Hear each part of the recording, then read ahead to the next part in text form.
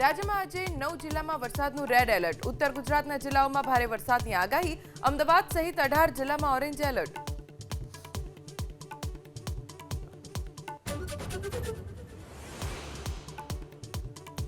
રાજ્યમાં અત્યાર સુધી સિઝનનો 53% વરસાદ. સૌથી વધુ દક્ષિણ ગુજરાતમાં 76.39% વરસાદ.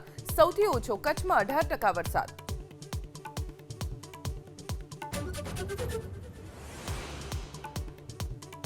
ધર્મેન્દ્ર પ્રધાનનું રાષ્ટ્રપતિએ સ્વીકાર્યું રાજીનામું. પ્રહલાદ જોશીને મળ્યો શિક્ષણ મંત્રાલયનો વધારાનો હવાલો.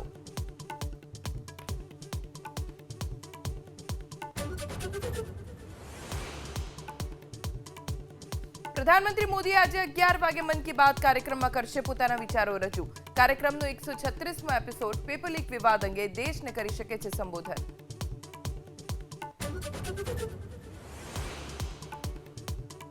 ભારતે ઝિમ્બાબ્વે સામે જીતી ટી20 સિરીઝ.